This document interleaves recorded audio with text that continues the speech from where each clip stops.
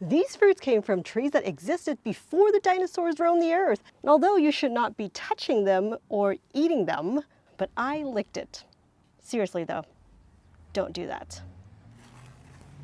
Back in November, my friend hit me up with this message, nothing but just some of these fruits on her hand, and gave me the address where to go. So that's how I got a hold of these, was at someone's house around the neighborhood.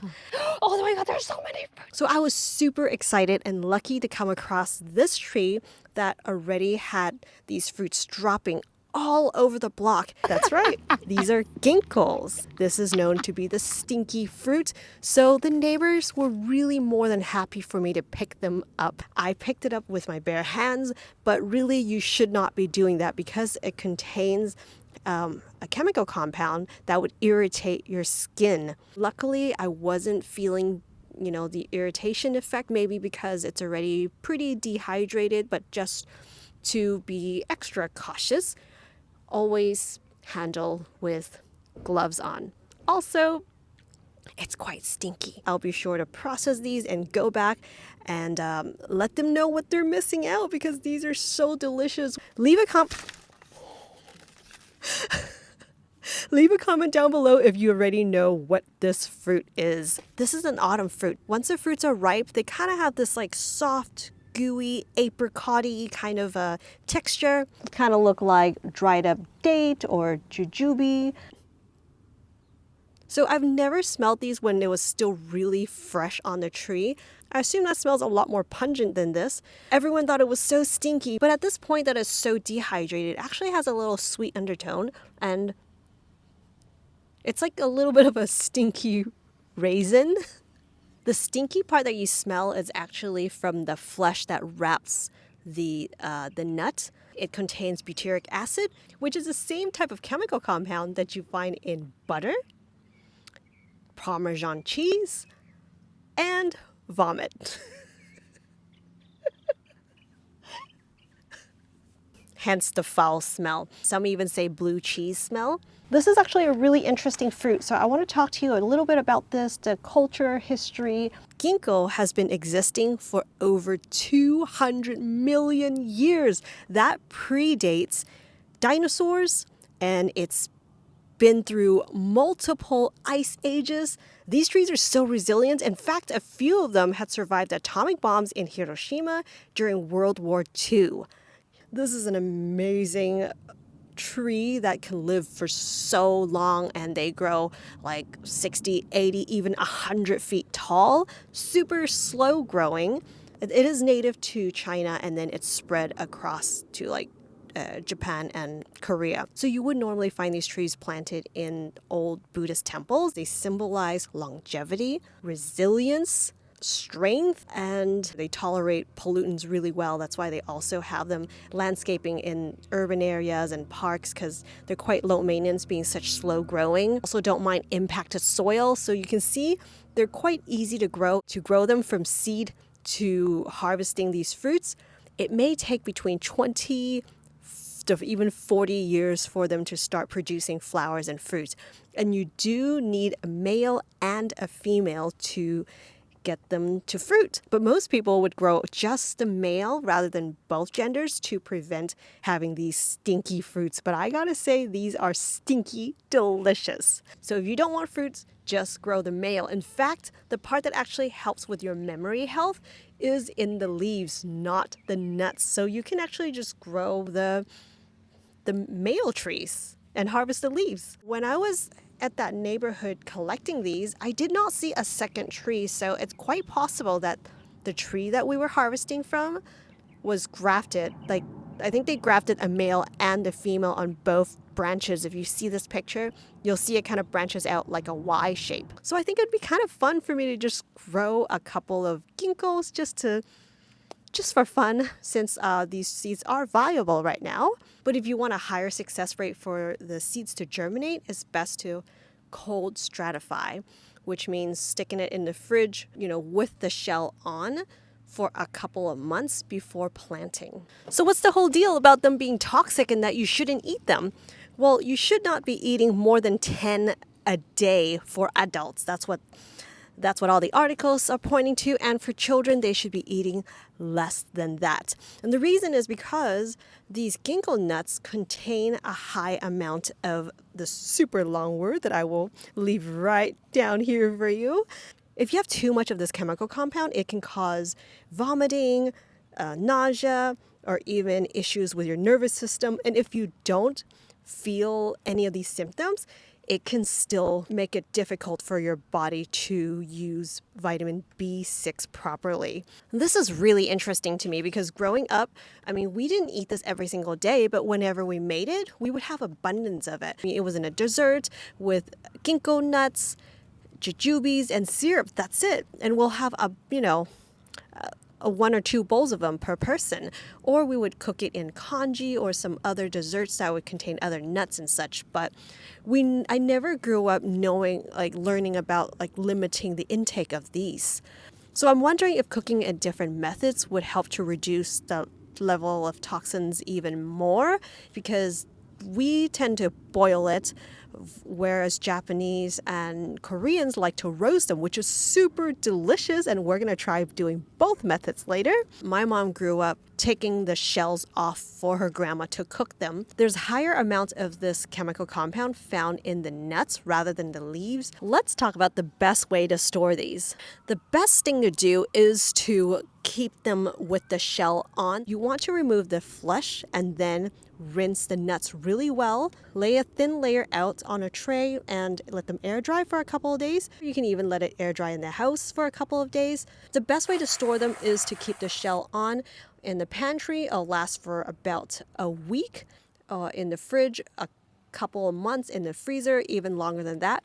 You want to store in the pantry or the fridge in an open container or a paper bag. So you want it to be breathable since these things are still fresh, still viable. But if you are going to freeze them, keep them in a freezer friendly, those kind of Ziploc bags, and stick it in the freezer. They'll last even longer.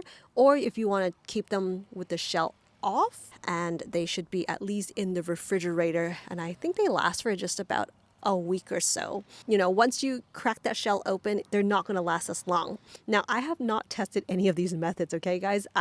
This is my first time having this opportunity to harvest them. So I'm just sharing the information that I collected.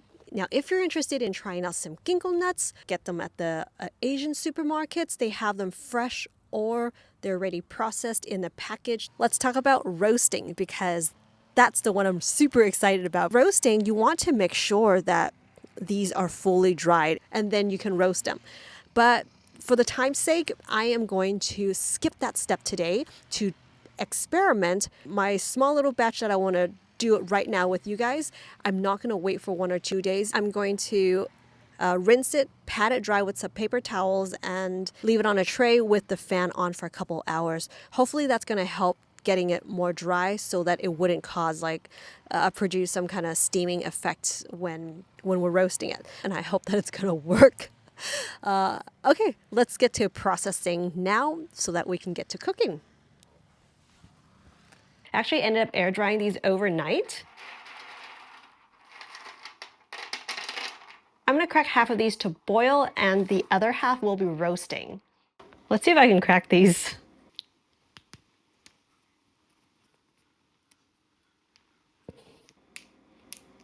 Oh yeah, the shell is not too hard.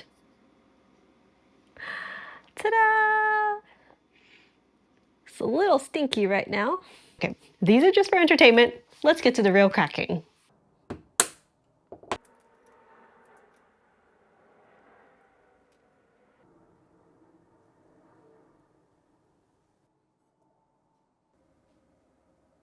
See how this is the bad one that's a bit hard and much darker?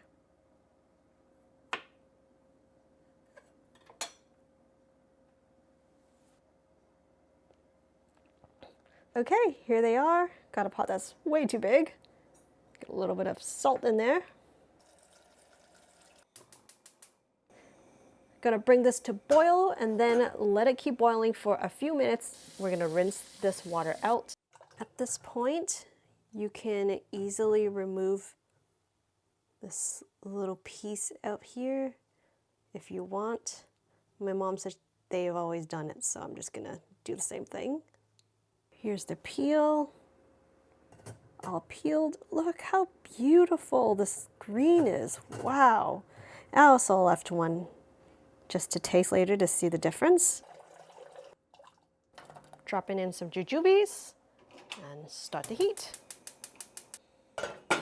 Onto this side, we are roasting. And we're just gonna wait till it starts to pop and crack. That's when they're ready. Approximately 10 to 15 minutes. By the way, the popping is best to use a cast iron pan so that it retains the heat better. It's starting to smell really toasty. Oh, I think it's about to pop. I'm a little nervous actually.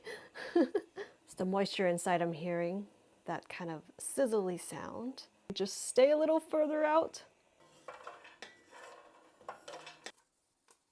Ooh, okay, there it goes.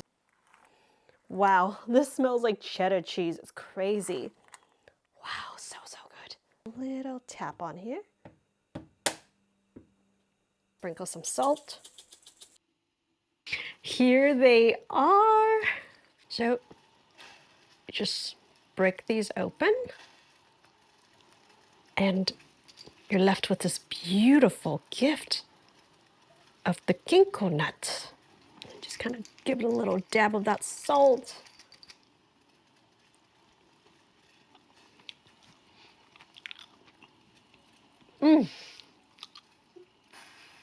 Super, super good. You gotta give this a try, guys.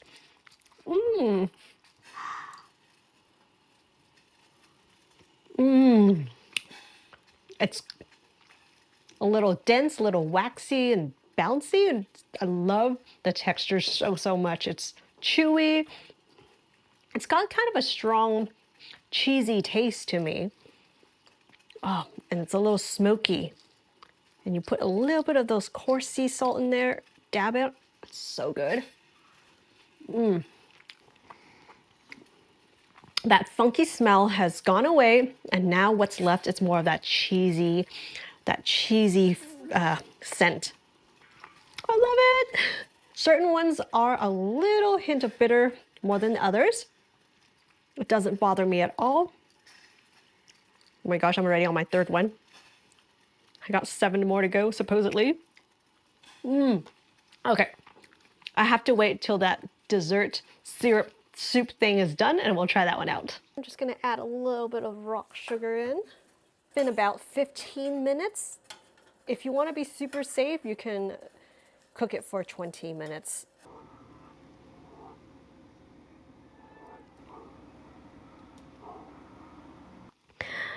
Okay, let's give this a taste.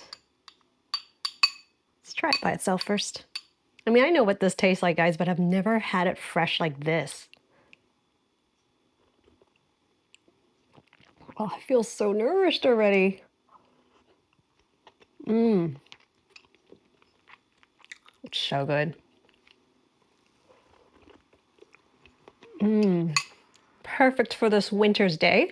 It's waxy and chewy, but definitely has a little different texture than the one that's roasted. That fragrance that I'm familiar with ginkgo is more familiar to me now because we usually do cooking in here, not roasting. That is so good. Thank you guys so much for making it all the way through this video with me. Let me know in the comments below if you ever come across ginkgos.